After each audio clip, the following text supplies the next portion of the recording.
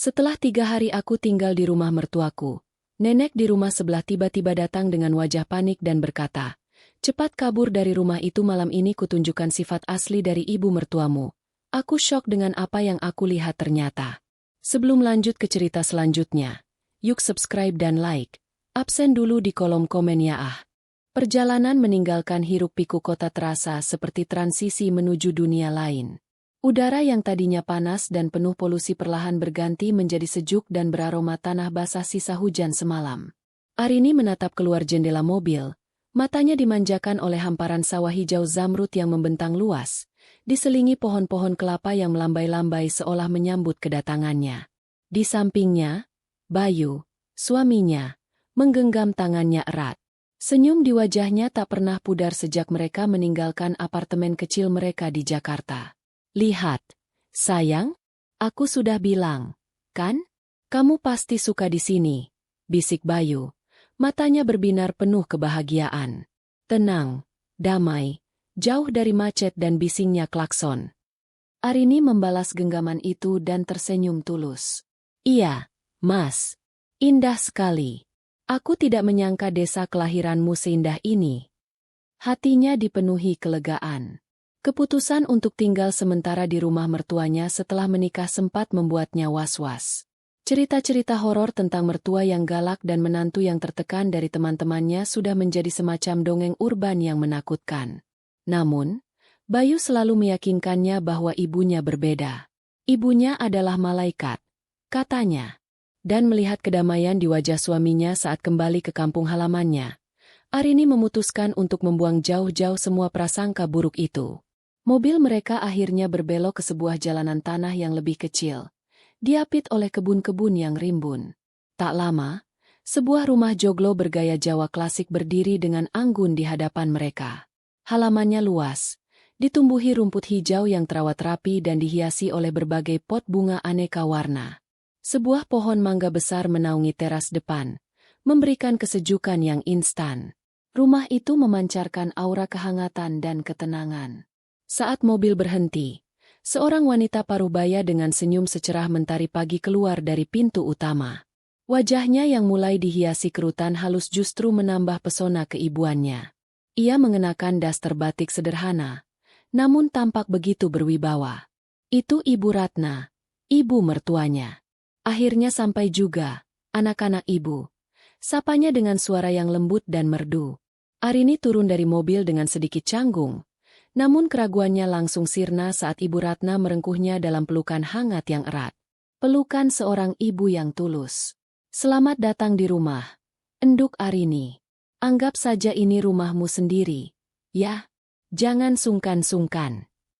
Aroma melati yang lembut menguar dari pakaian Ibu Ratna, menenangkan hati Arini seketika.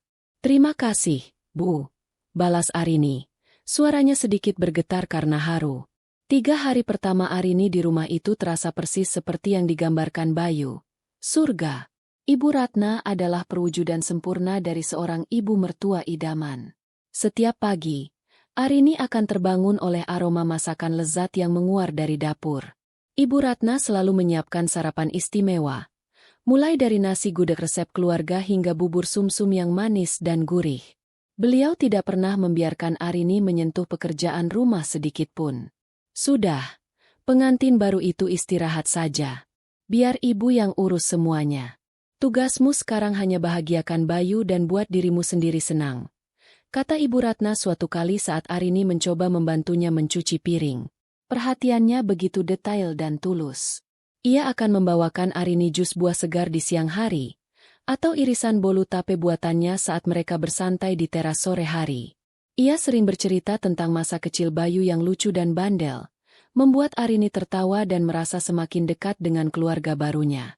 Arini sering mendapati dirinya tersenyum sendiri, menertawakan ketakutannya yang tak berdasar. Ia mengirim pesan kepada teman-temannya, dengan bangga menceritakan betapa beruntungnya ia memiliki ibu mertua seperti Ibu Ratna. Bayu pun tampak lebih bahagia dari sebelumnya. Beban pekerjaan seolah terangkat dari pundaknya. Ia lebih banyak tersenyum, lebih sering bercanda, dan tatapan matanya pada Arini selalu penuh cinta. "Ibu sayang sekali sama kamu, Rin." Aku bisa lihat itu. Beliau sudah menganggapmu seperti anak kandungnya sendiri, kata Bayu pada malam kedua mereka, sambil membelai rambut Arini. Arini merasa hidupnya lengkap. Kebahagiaan yang ia rasakan begitu meluap-luap, murni, dan sempurna. Ia bersyukur pada Tuhan atas semua berkah yang ia terima. Namun, di tengah kesempurnaan itu, ada satu hal kecil yang terasa ganjil. Sebuah notasi sumbang dalam melodi yang indah. Di halaman belakang rumah, tak jauh dari kebun apotek hidup milik Ibu Ratna, terdapat sebuah sumur tua. Sumur itu tidak seperti sumur pada umumnya. Bibirnya terbuat dari tumpukan batu kali yang telah berlumut, menandakan usianya yang sudah sangat tua. Yang paling aneh adalah bagian atasnya. Sumur itu ditutup rapat dengan beberapa lapis papan kayu jati yang sangat tebal dan berat. Papan-papan itu tampak sudah lapuk di beberapa bagian, namun dipaku dengan kuat ke bibir sumur, seolah menyegel apapun yang ada di dalamnya untuk selamanya. Arini pertama kali menyadarinya pada hari kedua, saat ia berjalan-jalan menikmati udara pagi di halaman belakang. Ia bertanya pada Ibu Ratna yang sedang menyirami tanaman sirihnya. "Itu sumur apa, Bu? Kok ditutup rapat sekali?" Seketika, senyum hangat di wajah Ibu Ratna sedikit memudar, meski hanya sepersekian detik. Cukup cepat sehingga Arini sempat berpikir ia hanya salah lihat. "Oh, itu sumur tua peninggalan kakek buyutnya Bayu," jawab Ibu Ratna. Nadanya terdengar ringan, namun ada sedikit kekakuan di sana. Sudah lama sekali tidak dipakai. Airnya sudah kering dan di dalamnya banyak ular. Berbahaya. Makanya ditutup rapat begitu supaya tidak ada yang celaka. Sebaiknya jangan dekat-dekat ke sana ya.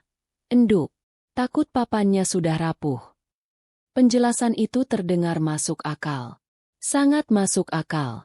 Arini pun mengangguk patuh. "Baik, Bu." Ia tidak memikirkannya lagi. Ia kembali menikmati hari-harinya yang penuh kebahagiaan, dimanjakan oleh mertua dan dicintai oleh suaminya. Hingga pagi di hari ketiga, saat ia berdiri di teras, menyapu daun-daun mangga yang gugur, dengan hati yang riang gembira. Ia tidak tahu bahwa surga kecil yang ia tempati akan segera menunjukkan retakannya, dan notasi sumbang dari sumur tua itu akan segera berubah menjadi alunan musik kematian yang mengerikan. Pagi di hari ketiga terbentang dengan keindahan yang nyaris puitis. Embun pagi masih berkilauan di atas helai-helai rumput seperti taburan berlian, dan udara terasa begitu segar dan bersih, membawa aroma bunga kenanga dari pekarangan. Arini merasa jiwanya ikut dibasuh oleh kedamaian desa itu. Ia menyesap teh melati hangatnya di teras, memandangi Ibu Ratna yang sedang merapikan kerudungnya dan Bayu yang mengeluarkan sepeda motor dari garasi samping. "Ibu sama Mas mau ke pasar." "Enduk, kamu mau titip sesuatu?" tanya Ibu Ratna. Senyumnya tetap sehangat biasanya. "Atau mau ikut? Sekalian jalan-jalan lihat suasana pasar desa." Arini menggeleng pelan, membalas senyuman itu. "Tidak usah, Bu. Di sini saja, menikmati suasana. Hati-hati di jalannya, Bu, Mas." "Tentu, sayang. Kamu di rumah saja.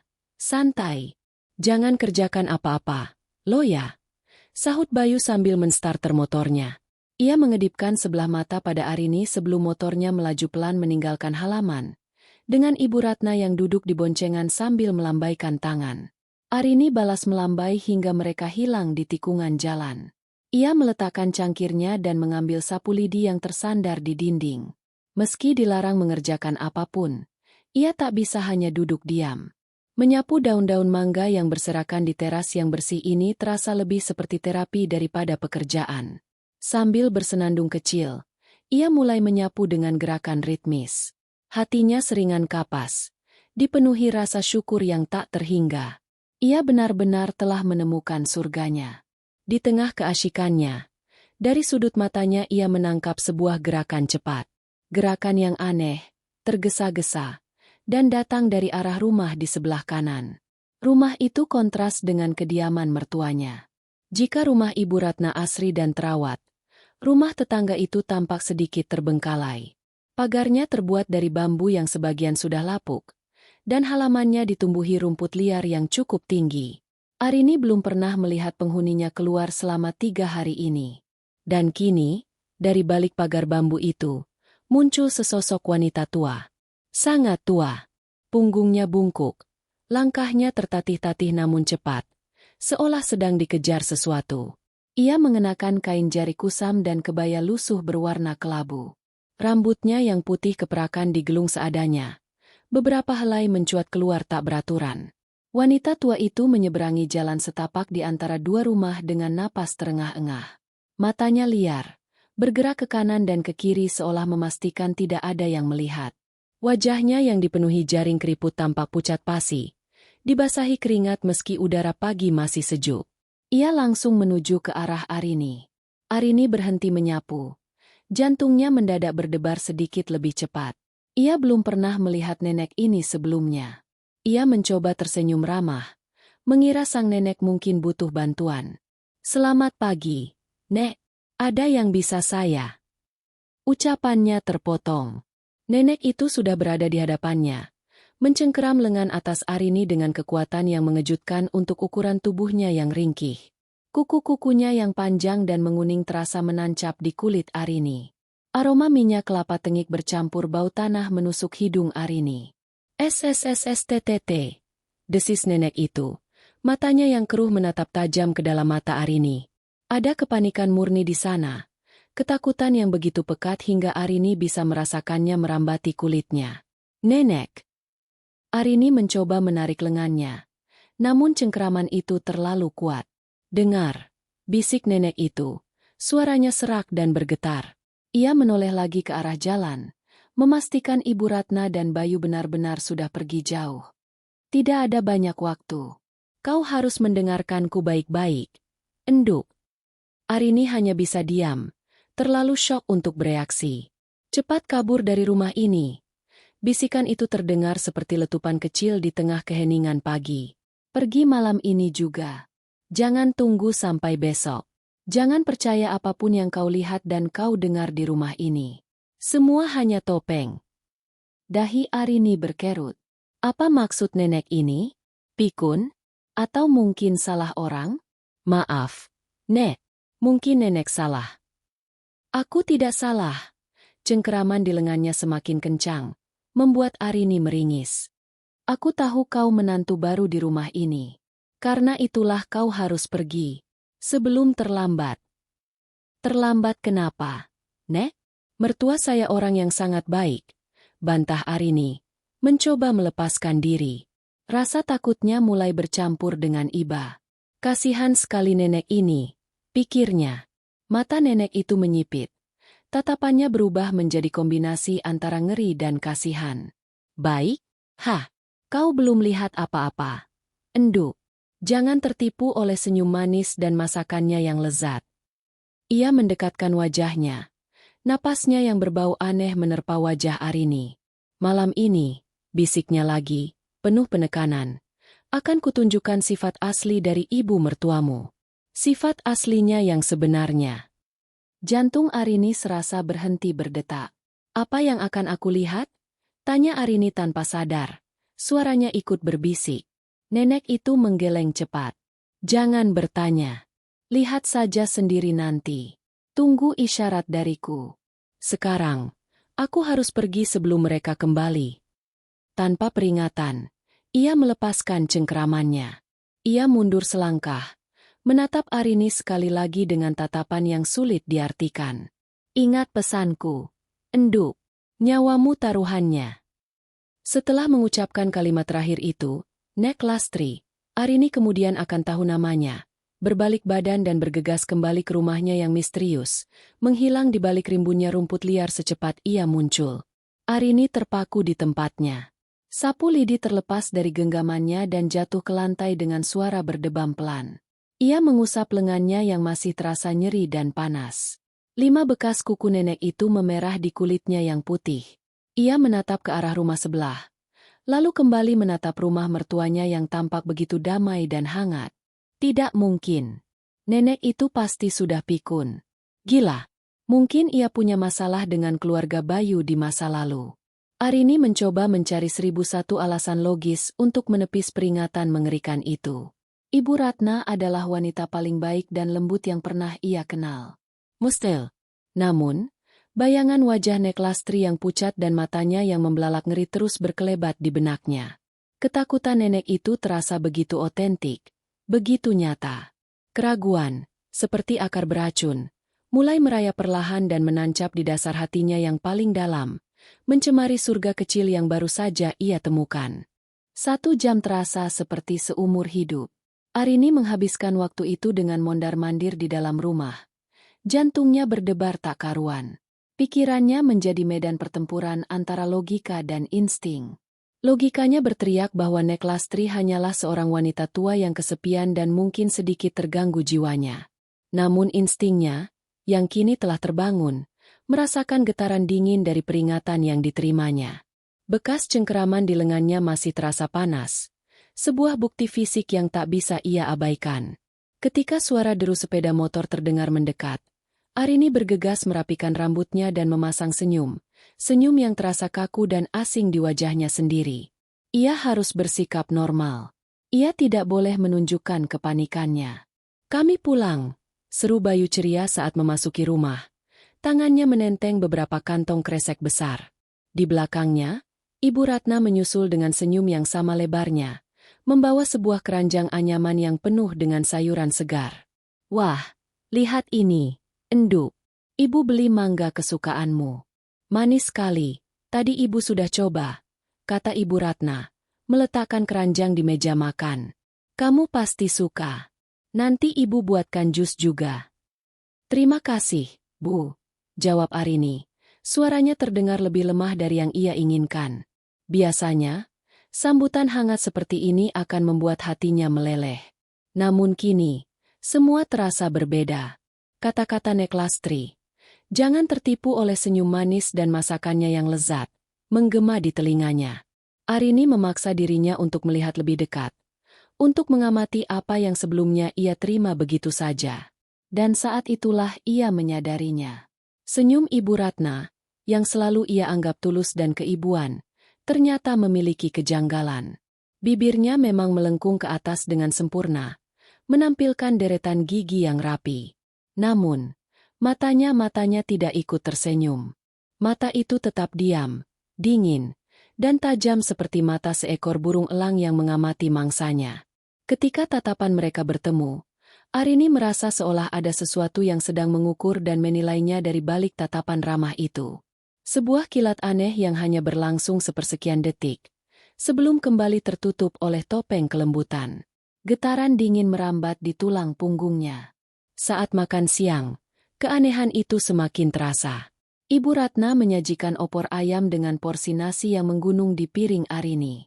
"Makan yang banyak, Enduk, biar sehat, badannya berisi. Pengantin baru tidak boleh kurus," ujarnya sambil menepuk punggung tangan Arini dengan lembut. Dulu, Arini akan menganggap ini sebagai bentuk kasih sayang.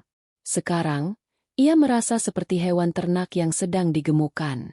Setiap suap nasi terasa berat untuk ditelan. Opor ayam yang biasanya ia nikmati kini terasa hambar di lidahnya. Ia terus merasa diawasi. Setiap kali ia mengangkat kepala, ia akan mendapati Ibu Ratna sedang menatapnya dengan senyum ganjil itu. Senyum yang kini terlihat seperti seringai tipis yang mengerikan. Arini mencoba mencari dukungan dari suaminya. "Mas, tadi tetangga sebelah datang ke sini," ucapnya, mencoba senetral mungkin. Bayu mengangkat alis sambil mengunyah makanannya. "Oh ya? Nek Lastri maksudmu?" Tumben sekali dia keluar rumah. "Mau apa dia?" "Tidak apa-apa, sih. Hanya menyapa saja." Bohong Arini. Ia tidak berani menceritakan yang sebenarnya. Beliau kelihatannya kesepian. "Apa beliau tidak punya keluarga, Mas?" Bayu tertawa kecil. "Keluarga? Setahuku tidak ada. Dia sudah hidup sendiri sejak kakaknya meninggal puluhan tahun lalu. Orangnya memang agak aneh. Rin. Suka bicara sendiri. Warga sini sudah biasa. Kamu jangan terlalu dipikirkan. Ya, anggap saja angin lalu." Jawaban Bayu yang begitu enteng terasa seperti sebuah tamparan. Suaminya sama sekali tidak merasakan keanehan apapun. Baginya, semua baik-baik saja. Isolasi yang dirasakan Arini semakin pekat. Di rumah ini, ia sendirian dalam ketakutannya. Seiring hari yang beranjak sore, rumah yang tadinya terasa nyaman kini berubah menjadi sangkar emas yang menyesakkan. Setiap sudut ruangan tampak lebih gelap. Suara cicak di dinding terdengar seperti bisikan peringatan. Arini menjadi sangat sensitif terhadap setiap suara dan gerakan. Ia bahkan sempat terlonjak kaget saat Ibu Ratna tiba-tiba muncul di belakangnya ketika ia sedang melamun di dekat jendela. "Loh, kok ngelamun? Enduk? Mikirin apa?" tanya Ibu Ratna. Suaranya yang lembut kini terdengar mengancam di telinga Arini. Tidak, Bu. Hanya melihat pemandangan saja," jawab Arini gugup. Malam akhirnya tiba, membawa serta kegelapan yang seolah menelan seluruh cahaya dan harapan. Setelah makan malam, Bayu langsung masuk ke kamar karena merasa lelah. Arini membantu Ibu Ratna membereskan meja makan dalam diam. Atmosfer di antara mereka terasa berat dan tegang, setidaknya bagi Arini. Saat Arini hendak beranjak ke kamar, ia mendengar sesuatu. Suara yang sangat pelan, nyaris tak terdengar, datang dari arah halaman belakang. Suara itu seperti senandung. Sebuah melodi tanpa lirik. Nadanya monoton dan kuno, dinyanyikan dengan suara perempuan yang rendah. Jantung Arini berdegup kencang. Ia berhenti melangkah, menajamkan pendengarannya. Benar, suara itu nyata. Berasal dari arah sumur tua. Ia masuk ke kamar dan melihat Bayu sudah setengah terlelap. Mas, kamu dengar sesuatu?" bisiknya, mengguncang pelan lengan suaminya. Bayu menggeliat. "Dengar apa, sayang?" tanyanya dengan suara serak. "Itu di luar. Seperti ada yang bersenandung," kata Arini. Matanya menatap cemas ke arah jendela yang menghadap ke halaman belakang. Bayu diam sejenak, mencoba mendengarkan. Tidak ada apa-apa," gumamnya beberapa saat kemudian. "Itu paling suara angin di sela-sela rumpun bambu di belakang. Atau mungkin suara jangkrik. Sudah, jangan mikir yang aneh-aneh. Kamu mungkin hanya kelelahan." Lagi-lagi, penjelasannya begitu sederhana, begitu logis, dan begitu meremehkan. Bayu menarik selimut dan dalam beberapa menit, napasnya sudah kembali teratur, menandakan ia telah terlelap. Arini ditinggalkan sendirian dalam kegelapan, dengan suara senandung misterius yang terus terdengar di telinganya. Kini ia yakin, itu bukan suara angin. Itu suara manusia. Dan ia tahu siapa pemilik suara itu. Ia berbaring di ranjang, memunggungi suaminya. Tubuhnya kaku karena menahan takut. Surga yang ia tempati selama 3 hari telah runtuh, menampakkan neraka tersembunyi di baliknya. Peringatan Nek Lastri bukan lagi omong kosong seorang nenek pikun. Itu adalah sebuah kebenaran mengerikan yang baru saja mulai ia saksikan. Malam ini, ia tidak akan tidur. Ia akan menunggu. Menunggu isyarat dari Nek Lastri, dan menunggu penampakan wujud asli ibu mertuanya. Waktu merayap begitu lambat di tengah pekatnya malam. Jarum jam di dinding seolah enggan bergerak. Setiap detiknya terasa seperti sebuah pukulan genderang yang menggema di dalam kepala Arini yang tegang. Di luar, suara-suara malam yang biasanya menenangkan, derik jangkrik, desau angin, lolongan anjing di kejauhan, kini terdengar seperti orkestra yang mengiringi sebuah pertunjukan horor. Arini berbaring miring, membelakangi Bayu yang tidurnya begitu pulas, seolah tak tersentuh oleh atmosfer mencekam yang menyelimuti rumah itu. Arini tidak tidur. Matanya terbuka lebar menatap kegelapan. Setiap otot di tubuhnya menegang, siap untuk melompat kapan saja. Suara senandung misterius dari halaman belakang telah berhenti 1 jam yang lalu. Namun keheningan yang ditinggalkannya justru terasa lebih mengerikan. Ia terus menunggu, menatap ke arah jendela kamar yang tirainya sedikit tersibak, mencari-cari isyarat yang dijanjikan Nek Lastri. Tepat saat jam dinding berdentang 12 kali, menandakan pergantian hari, Arini melihatnya. Sebuah kedipan cahaya lemah dari arah rumah Nek Lastri. Awalnya ia mengira itu hanya kunang-kunang, tetapi cahaya itu berkedip lagi dengan pola yang teratur. 2 kali kedipan cepat, jeda, lalu 1 kedipan panjang. Itu bukan kebetulan. Itu adalah sebuah sinyal. Jantung Arini serasa melompat ke tenggorokannya. Inilah isyaratnya. Ia menarik napas dalam-dalam, mencoba menenangkan debaran jantungnya yang menggila. Ia harus melihatnya sendiri. Ia harus tahu kebenarannya. Dengan gerakan yang sepelan mungkin, ia menyingkap selimut dari tubuhnya. Lantai kayu yang dingin terasa menusuk telapak kakinya. Baru saja ia hendak beranjak dari ranjang, telinganya menangkap suara lain. Suara yang jauh lebih dekat dan jauh lebih menakutkan. Suara derit papan lantai yang sangat pelan dari luar kamar mereka. Seseorang sedang berjalan di lorong. Napas Arini tertahan. Ia merayap turun dari ranjang dan menempelkan telinganya ke daun pintu yang terbuat dari kayu jati tebal. Ia bisa mendengar langkah kaki yang diseret pelan, menjauh dari kamarnya, menuju ke arah dapur dan pintu belakang. Tanpa pikir panjang, didorong oleh rasa penasaran yang mengalahkan rasa takutnya, Arini memutar kunci pintu dengan sangat hati-hati hingga terdengar bunyi, klik, yang nyaris tak bersuara. Ia membuka pintu selebar 1 jari, cukup untuk matanya mengintip keluar. Di lorong yang remang-remang, hanya diterangi oleh cahaya bulan yang menyusup dari jendela, ia melihat sosok Ibu Ratna. Tapi ini bukan Ibu Ratna yang ia kenal. Beliau tidak mengenakan daster batiknya yang biasa. Malam ini, ia terbalut kebaya berwarna hitam legam, dengan selembar selendang berwarna merah darah tersampir di bahunya. Rambutnya yang biasanya disanggul rapi kini tergerai panjang hingga ke pinggang, tampak kusut dan kaku.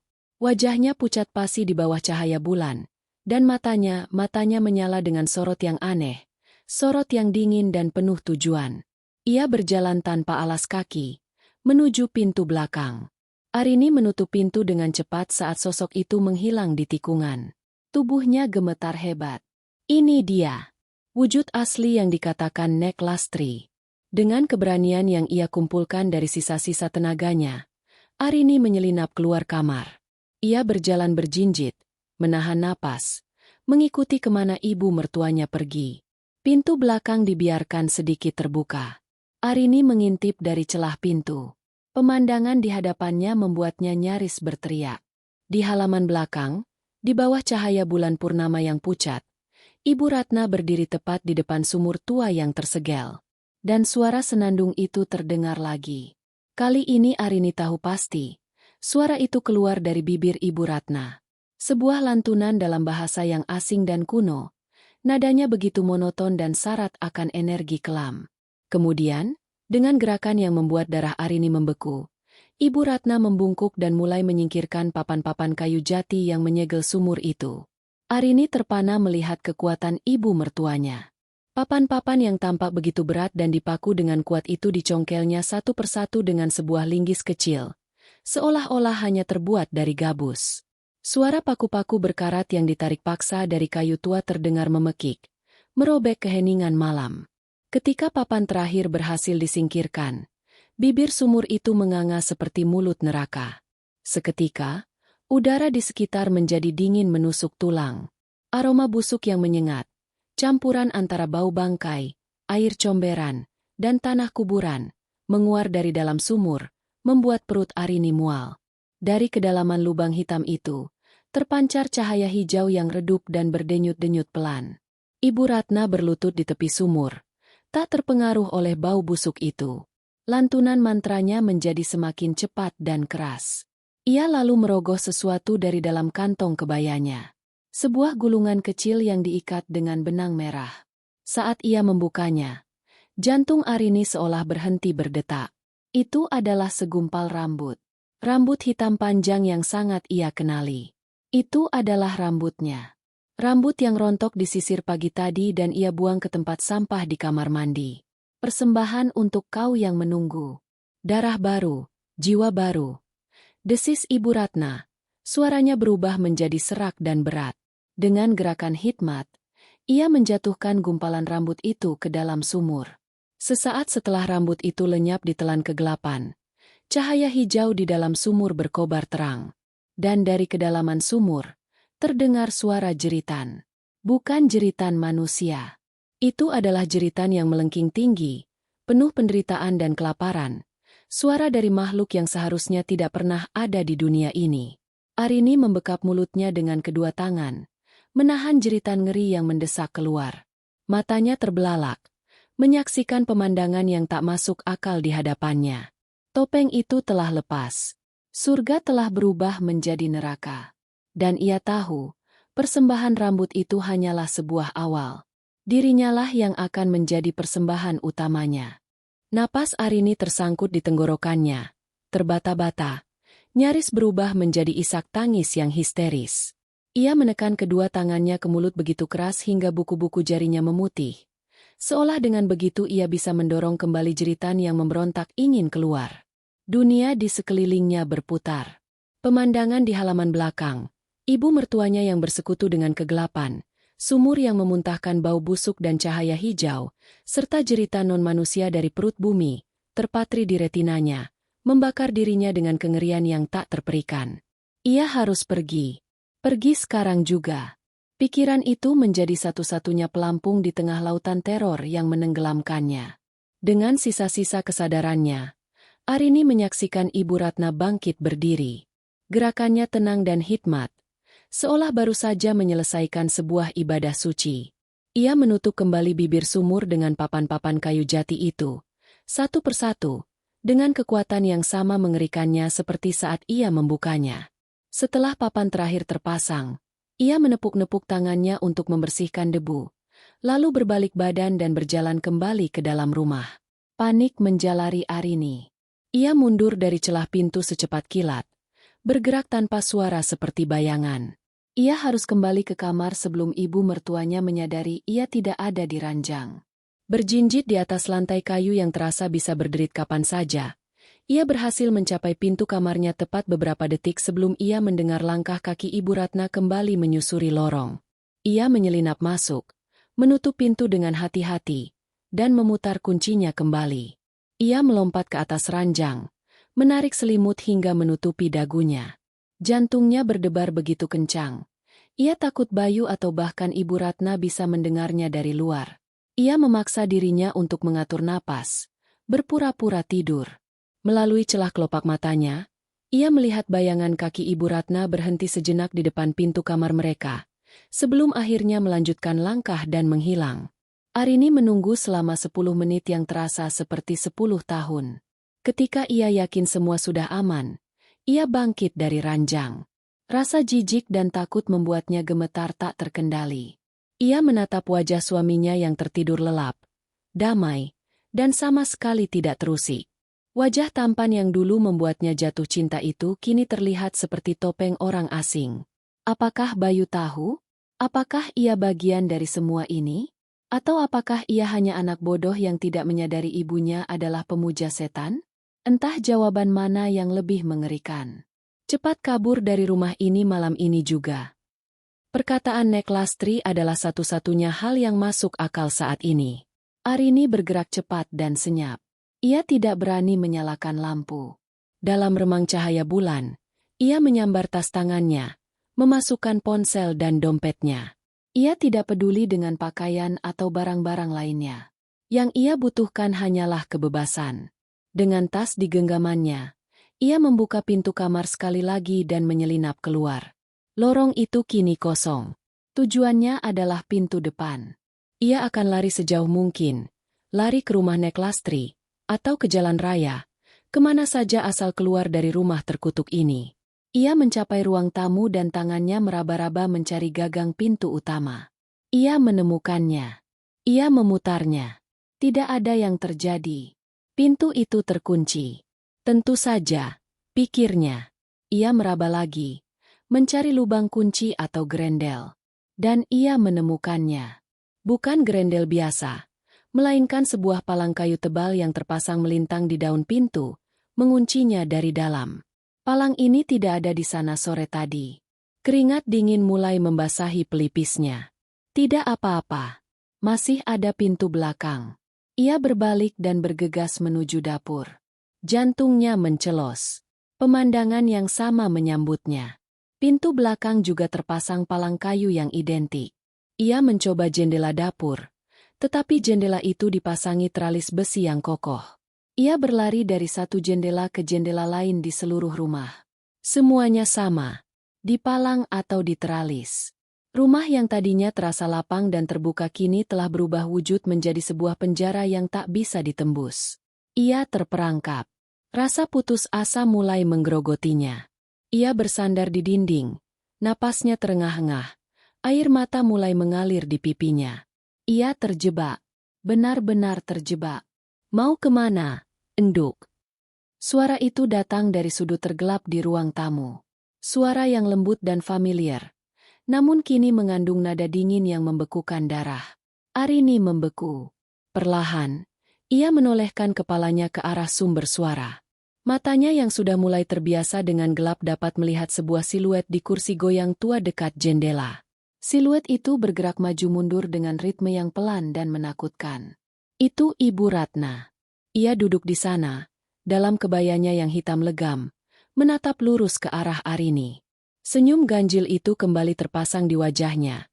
Namun kali ini tanpa kehangatan sama sekali. Di bawah sinar bulan, matanya tampak berkilat, seperti mata seekor predator yang telah berhasil menyudutkan mangsanya. Sudah selesai jalan-jalannya? Tanyanya lagi. Suaranya tenang luar biasa. Rumah ini nyaman, kan? Sampai-sampai tidak mau membiarkanmu pergi. Arini tidak bisa berkata-kata. Lidahnya keluh. Kakinya seolah terpaku di lantai.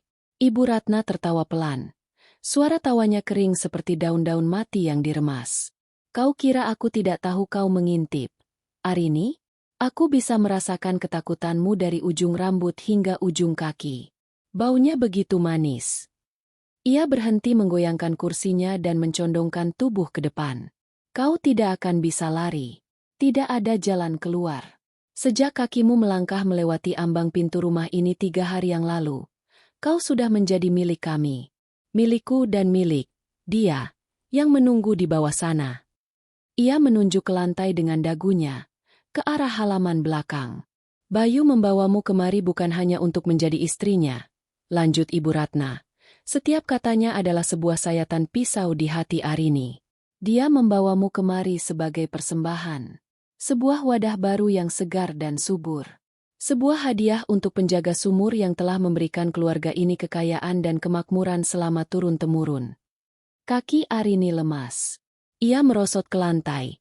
Tenaganya terkuras habis. Jadi Bayu tahu. Suaminya, pria yang ia cintai, telah menjualnya kepada iblis penghuni sumur. Pernikahan ini adalah sebuah kebohongan. Cinta ini adalah sebuah jebakan. Jangan menangis, enduk, kata Ibu Ratna. Bangkit dari kursinya dan berjalan perlahan mendekati Arini yang terisak di lantai. Anggap saja ini sebuah kehormatan. Kau akan menjadi bagian dari sesuatu yang lebih besar. Kau akan memberikan kehidupan, meski bukan kehidupan yang kau bayangkan. Ia berjongkok di hadapan Arini, mengulurkan tangannya yang keriput untuk mengelus pipi menantunya. Sentuhannya terasa sedingin es. Sekarang, kembalilah ke kamar. Tidurlah yang nyenyak. Bisiknya. Kau perlu banyak energi untuk malam-malam berikutnya. Arini tidak tahu bagaimana ia bisa kembali ke kamar.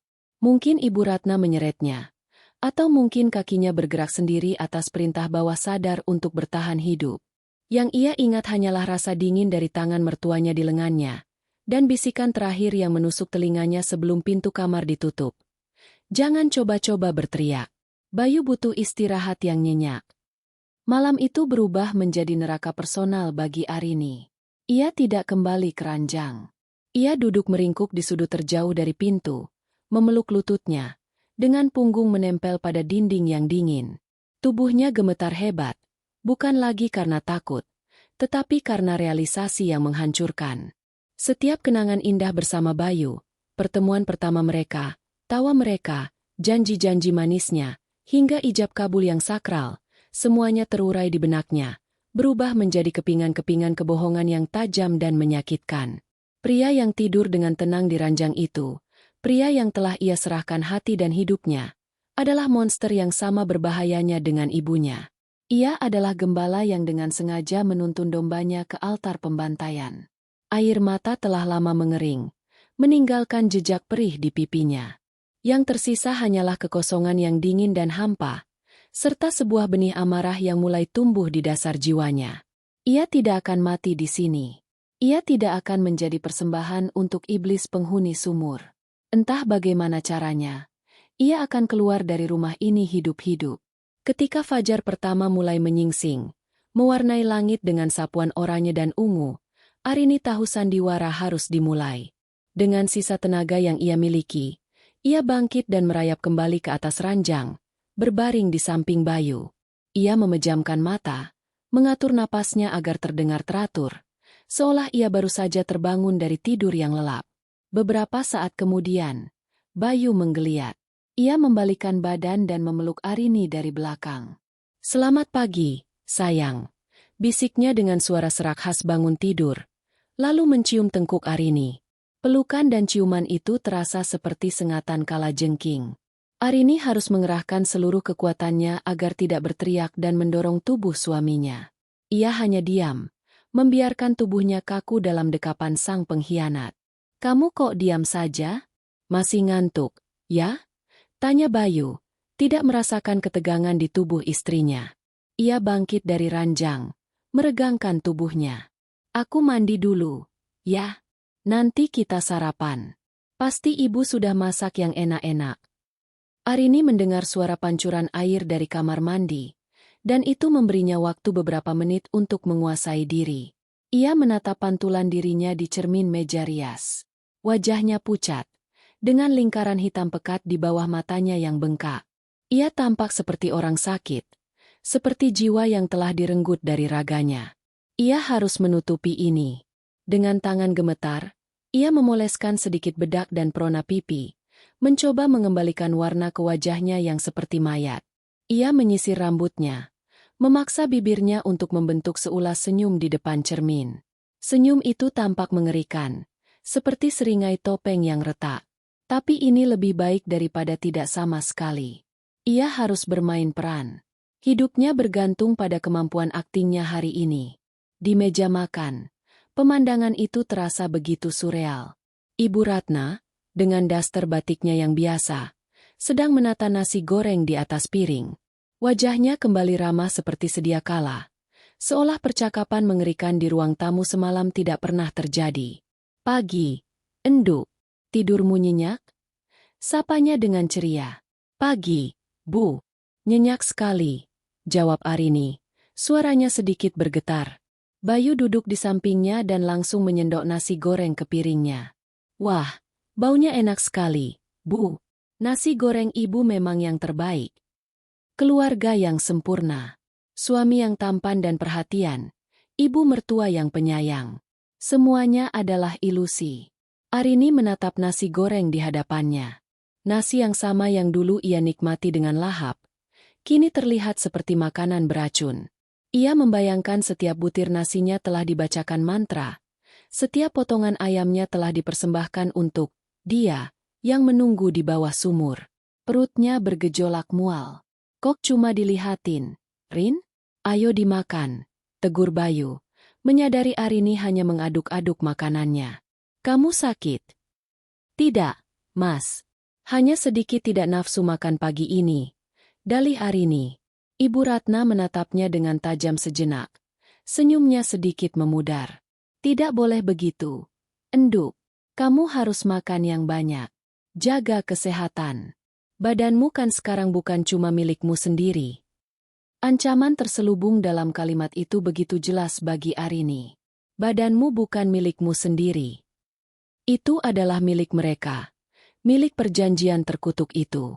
Dengan terpaksa, Arini menyuapkan sesendok kecil nasi goreng ke mulutnya. Rasanya seperti menelan pasir. Ia mengunyahnya dengan lambat, mencoba menahan keinginan untuk memuntahkannya kembali. Ia harus terlihat normal. Ia harus memakan racun ini untuk mengelabui mereka. Sepanjang hari itu, Arini hidup dalam kewaspadaan tingkat tinggi.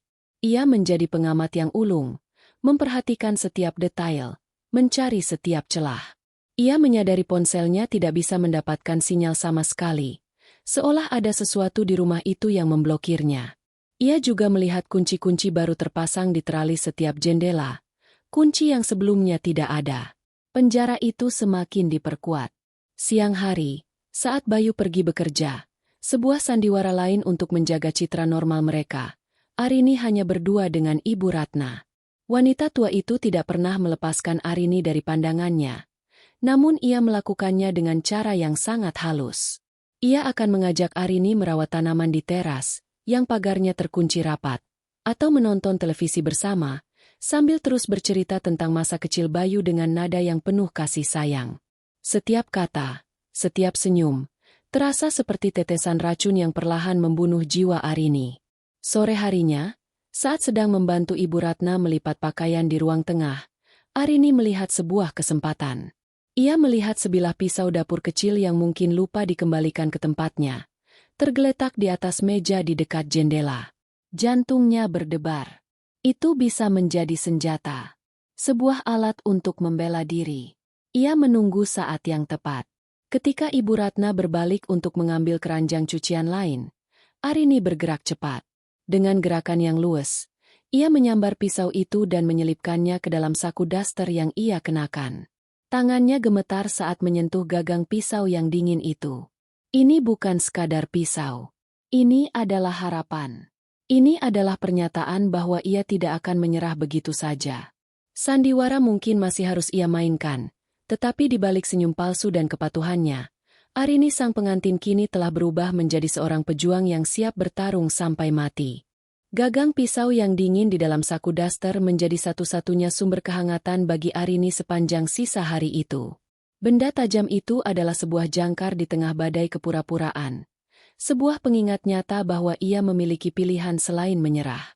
Setiap kali senyum Ibu Ratna terasa terlalu manis, atau setiap kali ia merasakan tatapan tajam mertuanya menembus punggungnya, Arini akan secara diam-diam meraba saku dasternya, merasakan kontur gagang pisau itu di telapak tangannya.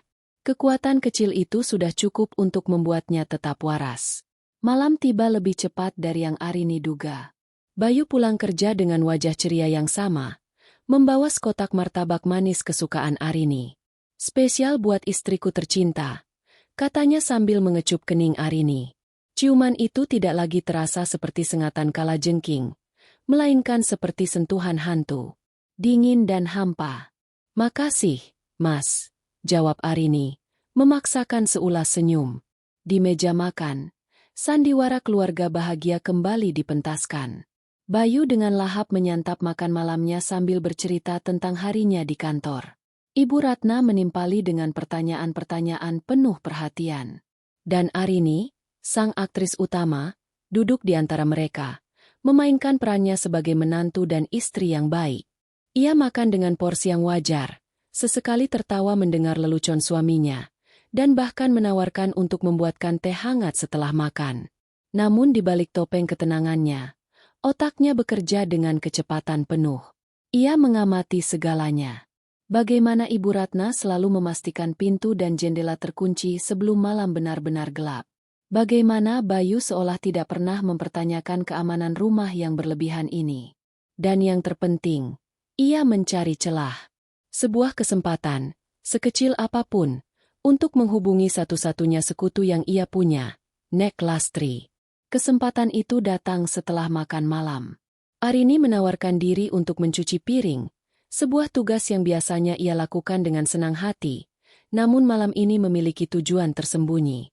Dapur adalah satu-satunya ruangan di belakang rumah yang memiliki jendela tanpa teralis, meskipun jendelanya kecil dan terletak cukup tinggi, tepat di atas bak cuci piring. Jendela itu menghadap langsung ke samping rumah Nek Lastri. "Rajin sekali menantuku ini," puji Ibu Ratna, sambil mengelap meja makan. "Biar ibu saja yang cuci. Kamu istirahat saja." "Tidak apa-apa, Bu. Arini bosan duduk terus dari tadi," jawab Arini dengan nada manja yang dibuat-buat. "Lagi pula, Arini suka kok cuci piring." Ibu Ratna menatapnya sejenak. Sebuah kilatan aneh melintas di matanya sebelum ia tersenyum lagi. "Ya sudah kalau begitu. Tapi jangan lama-lama. Ya, malam-malam tidak baik di dapur sendirian." Peringatan itu terdengar ambigu, bisa sebagai nasihat biasa, atau sebuah ancaman. Arini mengangguk patuh. Begitu ia sendirian di dapur, ia segera menyalakan keran air untuk menciptakan suara gemericik yang bisa menutupi gerakannya. Sambil mencuci piring dengan satu tangan, matanya terus-menerus melirik ke arah jendela kecil di atasnya. Rumah Nek Lastri tampak gelap. Hanya ada satu lampu teras yang menyala remang-remang. Apakah nenek tua itu mengawasinya? Apakah ia menunggu sinyal? Arini tahu ia tidak bisa berteriak atau mengetuk jendela. Terlalu berisiko. Ibu Ratna atau Bayu bisa mendengarnya. Ia butuh cara yang senyap. Tiba-tiba, sebuah ide terlintas di benaknya. Pisau. Dengan tangan yang masih berbusa sabun, ia merogoh saku dasternya dan mengeluarkan pisau kecil itu. Bilahnya yang mengilap memantulkan cahaya lampu dapur. Ini dia. Ia bisa menggunakan pantulan cahaya untuk memberi sinyal. Dengan jantung berdebar kencang, Arini naik ke tepi bak cuci piring, memberikan dirinya sedikit ketinggian. Ia mengarahkan bilah pisau ke arah jendela rumah Nek Lastri, menggerak-gerakannya, mencoba menangkap cahaya lampu teras dan memantulkannya kembali. Satu kedipan, dua kedipan jeda, satu kedipan panjang. Pola yang sama dengan yang ia lihat semalam. Ia terus mengulanginya, berdoa dalam hati agar Nek Lastri melihatnya. Selama beberapa menit yang terasa tak berujung, tidak ada jawaban. Arini nyaris putus asa. Mungkin Nek Lastri sudah tidur. Mungkin ia salah mengartikan sinyal semalam. Tepat saat ia hendak menyerah, sebuah gerakan di jendela rumah sebelah menarik perhatiannya. Tirai jendela kamar Nek Lastri sedikit tersibak. Sesosok bayangan berdiri di baliknya. Kemudian, sebuah cahaya kecil berkedip dari dalam sana. Sebuah senter. Nek Lastri membalas sinyalnya dengan pola yang sama persis. Napas lega keluar dari paru-paru Arini. Ia tidak sendirian. Kemudian, Nek Lastri memberikan serangkaian sinyal baru. Ia mengarahkan cahaya senternya ke bawah, ke arah tanah, lalu menggerakkannya dalam sebuah garis, menunjuk ke bagian belakang pekarangan rumah Arini, ke arah sebuah bangunan kecil yang terpisah dari rumah utama. Gudang tua yang pintunya selalu digembok. Setelah itu, Nek Lastri menyalakan senternya dan mematikannya sebanyak 3 kali. Mungkin maksudnya jam 3 pagi. Pesan itu jelas. Gudang. Jam 3 pagi. Arini melompat turun dari tepi bak cuci. Ia dengan cepat menyelesaikan pekerjaannya, mengembalikan pisau ke dalam sakunya, dan mengeringkan tangannya. Ia harus terlihat seolah tidak terjadi apa-apa. Sudah selesai, enduk. Suara Ibu Ratna yang tiba-tiba muncul di ambang pintu dapur membuat Arini nyaris melompat kaget. Sudah, Bu, jawab Arini, berusaha terdengar normal. Ibu Ratna tersenyum, tetapi matanya menyapu seluruh dapur, seolah mencari sesuatu yang tidak pada tempatnya. Bagus. Ayo, kita nonton TV sebentar sebelum tidur. Malam itu, saat berbaring di samping Bayu, Arini tidak lagi merasa putus asa. Rasa takut itu masih ada, mencengkeram hatinya seperti cakar es, tetapi kini ia ditemani oleh secercah harapan. Ia punya rencana. Ia punya tujuan. Ia harus keluar dari kamar ini tanpa membangunkan Bayu, menyelinap ke halaman belakang, dan mencapai gudang itu pada jam 3 pagi. Ia tidak tahu apa yang menantinya di sana. Mungkin sebuah jalan keluar. Mungkin sebuah petunjuk. Atau mungkin sebuah jebakan lain. Tapi apapun itu, ini adalah satu-satunya kesempatan yang ia miliki. Sambil memejamkan mata, ia berpura-pura tidur.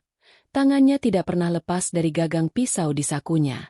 Malam ini, perburuan akan dimulai. Dan ia menolak untuk menjadi mangsanya. Waktu merayap dengan kejam. Bagi Arini, setiap detik yang berlalu terasa seperti tetesan air yang jatuh di atas batu. Lambat namun pasti mengikis kewarasannya. Ia berbaring kaku di samping Bayu, membelakanginya, dengan mata terbuka lebar menatap kegelapan. Napas suaminya yang teratur dan dalam menjadi musik latar yang mengerikan. Sebuah simfoni ketidaktahuan yang kontras dengan genderang perang yang bertalu-talu di dalam dadanya. Ia memeluk gagang pisau di sakunya seolah itu adalah jimat penyelamat. Ia melirik jam digital di atas nakas. Pukul 2.55, 5 menit lagi. Jantungnya terasa seperti akan melompat keluar dari rongga dadanya. Ia mulai menyusun rencana dalam benaknya. Memvisualisasikan setiap langkah yang harus ia ambil. Bangun dari ranjang tanpa suara. Berjinjit melewati lantai kayu. Membuka kunci pintu kamar yang mungkin akan berderit. Menyusuri lorong gelap menuju dapur. Dan bagian tersulit, membuka palang kayu di pintu belakang. Pikirannya berpacu, membayangkan semua kemungkinan terburuk. Bagaimana jika Bayu terbangun? Bagaimana jika Ibu Ratna tidak benar-benar tidur dan sedang menunggunya di luar? Bagaimana jika ini semua adalah jebakan yang dirancang oleh Nek Lastri dan mertuanya? Ia menggelengkan kepalanya dalam gelap, mengusir pikiran-pikiran racun itu. Ia tidak punya pilihan lain. Percaya pada Nek Lastri adalah satu-satunya kesempatan yang ia miliki. Pukul 2.59. Napas Arini tertahan. Ia mempertajam pendengarannya, mencoba menangkap suara apapun dari luar kamar. Hanya ada keheningan. Keheningan yang pekat dan berat, seolah seluruh rumah ikut menahan napas bersamanya. Tepat saat jam di nakas berubah menjadi pukul 3, sebuah suara denting pelan terdengar dari arah ruang tamu. Lonceng tua di jam kakek yang tergantung di dinding berdentang 3 kali. Dulu ia menganggap suara itu menenangkan, tetapi malam ini, 3 dentingan itu terdengar seperti lonceng kematian yang mengiringi langkahnya menuju takdir yang tidak pasti. Inilah saatnya. Dengan gerakan yang diperlambat hingga nyaris tak terlihat, Arini mulai menggeser selimut dari tubuhnya. Setiap lipatan kain terasa berisik di telinga Arini. Ia berhenti sejenak, melirik ke arah Bayu. Pria itu sedikit menggeliat, namun napasnya kembali teratur. Aman. Arini menurunkan kakinya dari ranjang, menapakkan telapak kakinya yang dingin ke lantai kayu. Hening. Ia berdiri, menunggu beberapa detik, memastikan tidak ada reaksi dari suaminya. Kemudian, dengan langkah seringan bulu, ia mulai bergerak menuju pintu. Setiap papan lantai yang ia injak adalah pertaruhan. Ia menahan napas setiap kali mendengar derit samar, namun untungnya, suara itu tidak cukup keras untuk membangunkan siapapun. Ia tiba di depan pintu. Tangannya yang gemetar meraih kenop. Ia memutarnya sepelan mungkin. Terdengar bunyi, klik, yang lembut saat kunci terbuka. Jantungnya berhenti berdetak sesaat. Ia menunggu. Tidak ada suara dari dalam kamar. Bayu masih tertidur. Ia membuka pintu, hanya menciptakan celah yang cukup untuk tubuhnya bisa menyelinap keluar. Lorong di luar gelap gulita, lebih gelap dari kamarnya. Ia menutup pintu di belakangnya dengan hati-hati yang sama, membiarkannya tidak terkunci. Sekarang ia berada di wilayah musuh. Setiap bayangan tampak seperti Ibu Ratna yang sedang berjongkok. Setiap embusan angin terdengar seperti bisikan. Berbekal ingatannya tentang tata letak rumah, Arini bergerak menyusuri lorong menuju dapur. Ia melewati pintu kamar Ibu Ratna, menahan napas saat melintas di depannya. Takut wanita itu bisa merasakan kehadirannya bahkan dalam tidur. Ia berhasil mencapai dapur. Ruangan itu sedikit lebih terang berkat cahaya bulan yang menyusup masuk melalui jendela kecil di atas bak cuci. Matanya langsung tertuju pada palang kayu tebal yang mengunci pintu belakang. Benda itu tampak kokoh dan berat. Sebuah penghalang yang nyaris mustahil untuk dilewati tanpa suara. Arini mendekatinya. Ia mencoba mengangkat salah satu ujung palang itu. Beratnya luar biasa. Jelas benda itu dirancang agar sulit untuk dipindahkan. Keringat dingin mulai membasahi dahinya. Ia menarik napas dalam-dalam, mengumpulkan seluruh sisa kekuatannya. Ia harus melakukannya dalam satu gerakan, cepat dan senyap. Ia menempatkan kedua tangannya di bawah palang, menumpukan berat badannya, lalu mengangkatnya dengan seluruh tenaga. Palang itu terangkat dari sanggahannya. Namun, karena beratnya, ujung yang lain bergeser dan membentur daun pintu, menciptakan suara gedebuk, yang teredam namun terdengar begitu keras di tengah keheningan malam. Arini membeku. Matanya membelalak ngeri. Ia mendengarkan dengan saksama. Apakah ada suara langkah kaki? Apakah ada pintu yang terbuka? Hening. Selama beberapa detik yang terasa seperti selamanya, tidak ada yang terjadi. Mungkin mereka tidak mendengarnya. Tanpa membuang waktu lagi, ia meletakkan palang kayu itu di lantai dengan sangat hati-hati. Lalu membuka gerendel pintu. Ia melangkah keluar ke halaman belakang. Udara malam yang dingin langsung menerpa kulitnya, membuatnya menggigil. Pemandangan di hadapannya membuat bulu kuduknya berdiri. Sumur tua itu berdiri angker di tengah halaman, seolah menjadi pusat dari semua kegelapan. Dan di ujung pekarangan, siluet gudang tua menunggunya. Tujuannya, sambil tetap waspada, Arini bergerak cepat melintasi halaman, memilih jalur yang paling gelap di bawah bayang-bayang pohon mangga. Ia menghindari tanah yang kering dan berdaun, memilih untuk menginjak rumput yang lembab untuk meredam suara langkahnya. Matanya tidak pernah lepas dari jendela-jendela rumah. Takut jika tiba-tiba ada lampu yang menyala. Ia akhirnya tiba di depan gudang. Bangunan kayu itu tampak reot dan tua. Pintunya yang besar digembok dengan rantai besi yang tebal dan berkarat. Sesuai dugaannya, pintu itu terkunci rapat. Ia melihat sekeliling, mencari kehadiran Nek Lastri. Di mana nenek itu? SSSSTTT. Sebuah suara desisan datang dari samping gudang. Arini menoleh dan melihat sesosok bayangan keluar dari balik semak-semak. Itu Nek Lastri. Wajahnya yang keriput tampak tegang di bawah cahaya rembulan. Ia memberi isyarat agar Arini mengikutinya ke bagian belakang gudang. Di sana, tersembunyi di balik tumpukan kayu bakar tua, ada sebuah jendela kecil yang papannya sedikit lapuk. Nek Lastri menunjuk ke arah jendela itu. Lewat sini, bisiknya. Suaranya serak. Cepat, sebelum dia bangun. Dia. Yang dimaksud Nek Lastri sudah pasti bukan Bayu. Nenek itu jelas merujuk pada Ibu Ratna, atau mungkin sesuatu yang lain yang lebih mengerikan. Tanpa bertanya, Arini mengangguk. Nek Lastri membantunya menyingkirkan beberapa potong kayu untuk memberi jalan. Arini memanjat tumpukan kayu itu, meraih kusen jendela yang lapuk, dan mulai menarik dirinya masuk ke dalam kegelapan gudang yang pekat. Kegelapan di dalam gudang terasa mutlak dan menelan. Begitu tubuh Arini melewati kusen jendela yang lapuk, ia disambut oleh aroma pekat dari debu, kayu tua yang lembab, dan sesuatu yang lain, bau anyir yang samar, seperti darah kering yang telah meresap ke dalam tanah selama bertahun-tahun. Untuk sesaat, ia panik. Tidak bisa melihat apapun. Ia meraba-raba, tangannya menyentuh permukaan kasar dari sebuah meja tua yang reot. SSTT, tenang, enduk, bisik Nek Lastri dari belakangnya. Nenek itu menyusul masuk dengan kelincahan yang mengejutkan untuk usianya. Begitu berada di dalam, Nek Lastri segera menutup jendela kecil itu dengan sepotong papan kayu yang sudah disiapkannya, memutus satu-satunya sumber cahaya rembulan. Kegelapan kembali menyelimuti mereka. Arini mendengar suara korek api digesek, dan sedetik kemudian, sebuah cahaya oranye yang gemetar menerangi ruangan. Nek Lastri telah menyalakan sebuah lampu minyak kecil. Cahaya lampu itu menari-nari, menciptakan bayangan-bayangan panjang dan mengerikan dari tumpukan barang-barang tua yang memenuhi gudang. Ada perkakas kebun yang berkarat, karung-karung goni yang entah apa isinya, dan perabotan rusak yang ditumpuk di sudut. Namun, yang paling menarik perhatian Arini adalah sebuah altar kecil yang tersembunyi di balik lemari tua.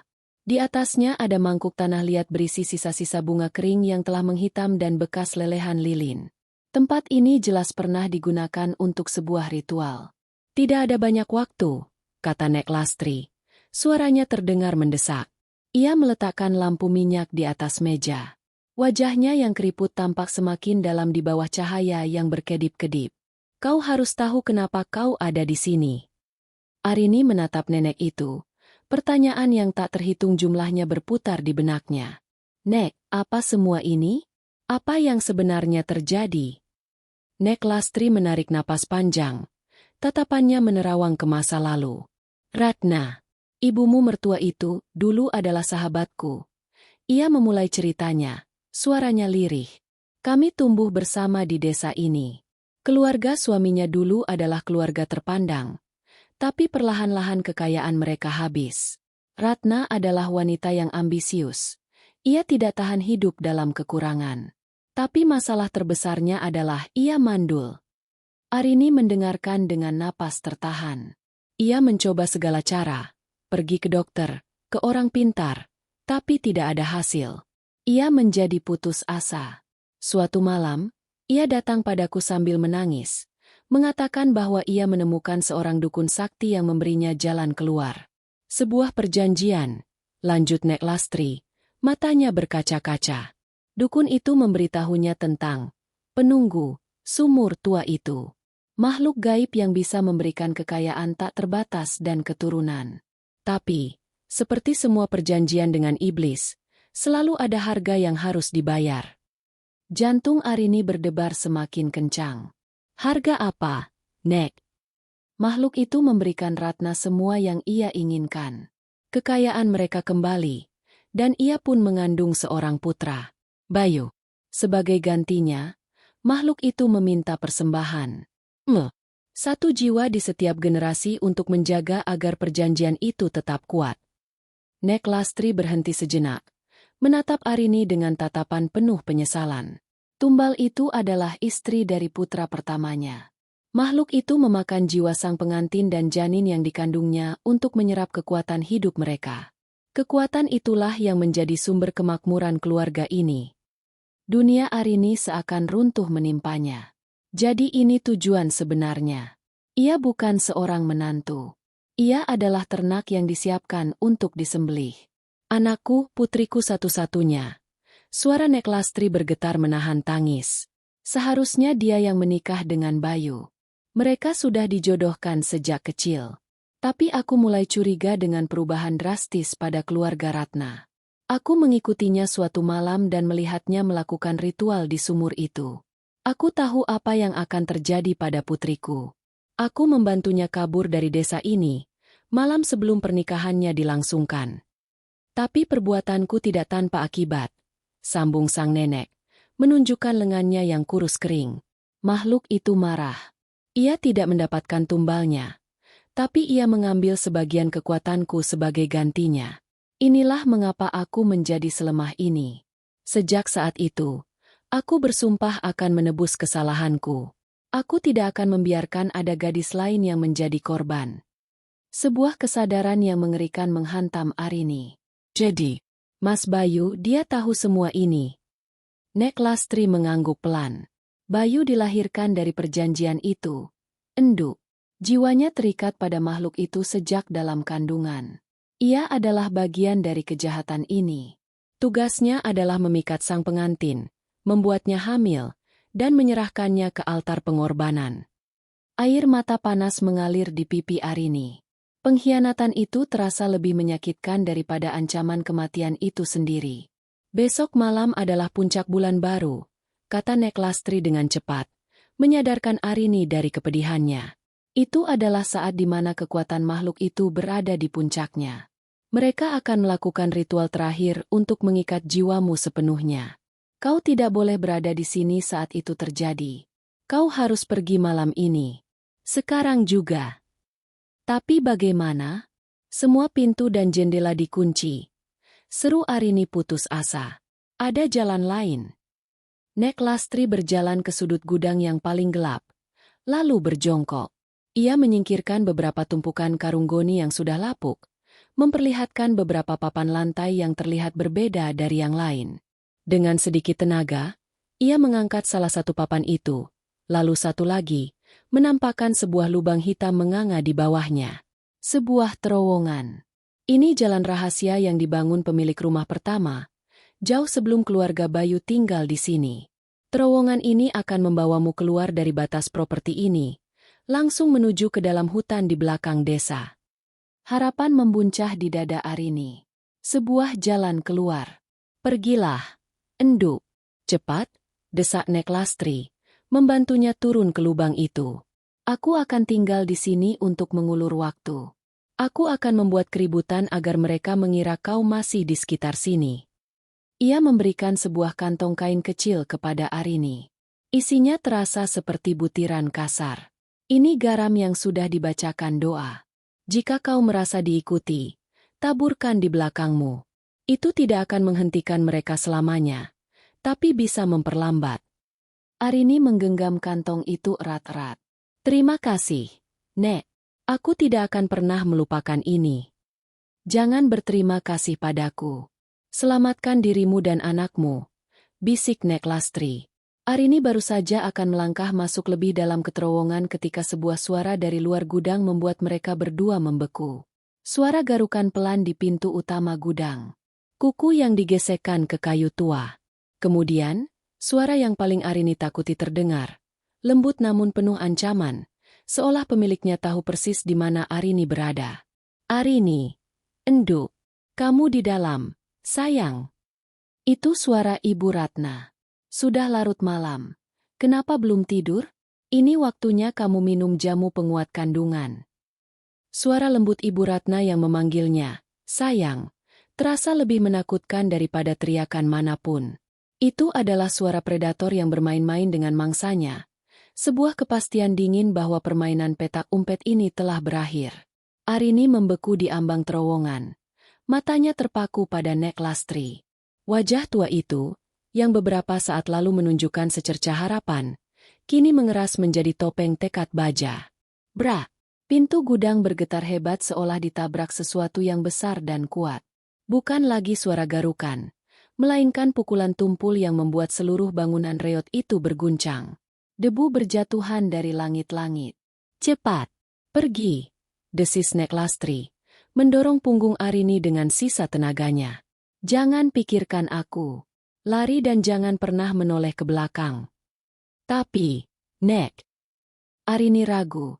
Tidak sanggup meninggalkan wanita tua itu sendirian menghadapi monster di luar. Pergi, teriak Nek Lastri. Kali ini dengan kekuatan yang mengejutkan. Ia meraih lampu minyak dari meja. Aku yang membawamu ke sini. Ini tanggung jawabku untuk memberimu waktu. Bra, bra, pintu kayu itu mulai retak. Sebilah papan terlepas, memperlihatkan kegelapan di luar. Tidak ada waktu lagi. Dengan air mata mengaburkan pandangannya, Arini mengangguk. Ia memutar tubuhnya dan merosot masuk ke dalam terowongan yang gelap dan pengap. Udara di bawah tanah terasa dingin dan berbau lumut. Tepat saat kakinya menyentuh dasar terowongan, ia mendengar suara pintu gudang yang hancur berkeping-keping. Diikuti oleh pekikan murka Ibu Ratna yang tidak lagi terdengar seperti manusia. Dan di atas segalanya, teriakan perlawanan Nek Lastri yang menantang. Lalu, suara lampu minyak yang pecah, kobaran api singkat, dan jeritan yang tiba-tiba terputus. Hening! Arini tidak berani membayangkan apa yang terjadi. Didorong oleh adrenalin dan kengerian, ia mulai berlari membabi buta ke dalam kegelapan. Terowongan itu sempit dan rendah, memaksanya untuk sedikit membungkuk. Dinding tanah yang lembab menggesek bahunya. Ia hanya bisa mengandalkan tangannya untuk meraba-raba jalan, berdoa agar tidak ada jalan buntu. Ia terus berlari, napasnya tersengal-sengal, paru-parunya terbakar. Kantong berisi garam dan pisau di sakunya terasa memantul-mantul di setiap langkah, menjadi pengingat pahit akan pertempuran yang baru saja dimulai. Setelah beberapa saat yang terasa seperti selamanya, ia mulai mendengar suara dari belakang. Bukan suara langkah kaki manusia, melainkan suara seretan yang cepat dan ganjil, diselingi oleh desisan rendah yang membuat darahnya membeku. Makhluk itu, atau apapun yang telah merasuki Ibu Ratna, sedang mengejarnya. Rasa panik mengancam untuk menelannya. Suara itu semakin dekat. Arini bisa merasakan getaran di tanah di bawah kakinya.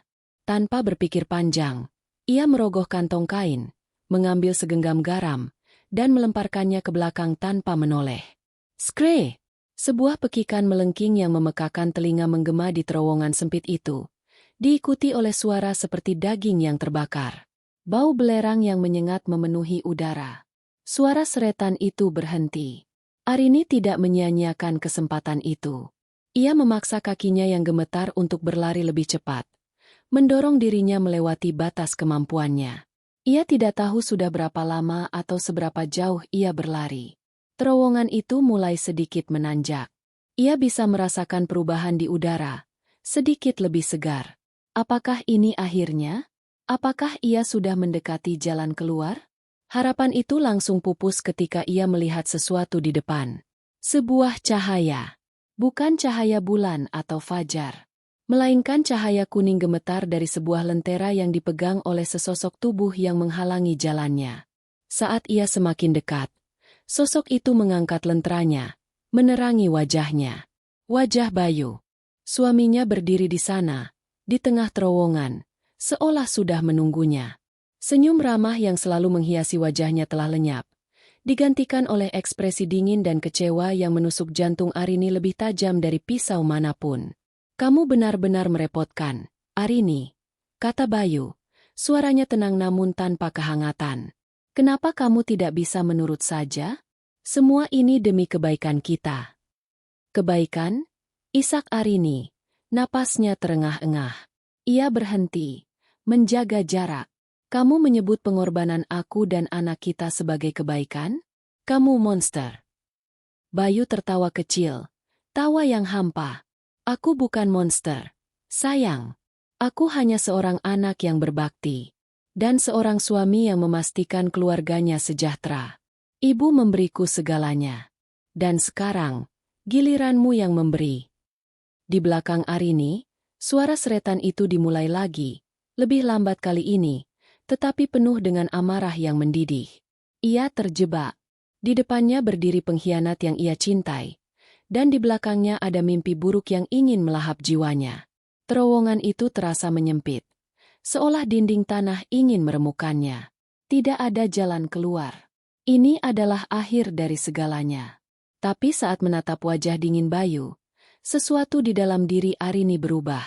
Rasa takut itu tidak hilang, tetapi kini ditemani oleh amarah yang membara. Amarah seorang istri yang dikhianati. Amarah seorang ibu yang akan melindungi anaknya sampai mati. Dengan tangan gemetar, ia merogoh saku dasternya dan mengeluarkan pisau dapur kecil itu. Bilahnya yang kusam tampak menyedihkan di bawah cahaya lentera, tetapi di genggaman Arini, benda itu terasa seperti pedang. Ia mengangkat pisau itu, mengarahkannya ke Bayu. "Aku mungkin akan mati di sini malam ini," kata Arini. Suaranya bergetar namun tegas. "Tapi aku tidak akan menjadi tumbalmu. Jika aku harus pergi, aku akan membawamu serta." Bayu menatap pisau itu, lalu ke mata Arini yang menyala-nyala. Untuk pertama kalinya, ekspresi dingin di wajahnya retak, digantikan oleh keraguan. Di belakangnya, suara seretan itu semakin dekat. Desisan penuh kebencian kini hanya berjarak beberapa meter. Pertarungan terakhir untuk jiwa Arini dan bayinya akan segera dimulai di bawah tanah, di antara dua sisi kejahatan yang sama-sama menginginkan hidupnya.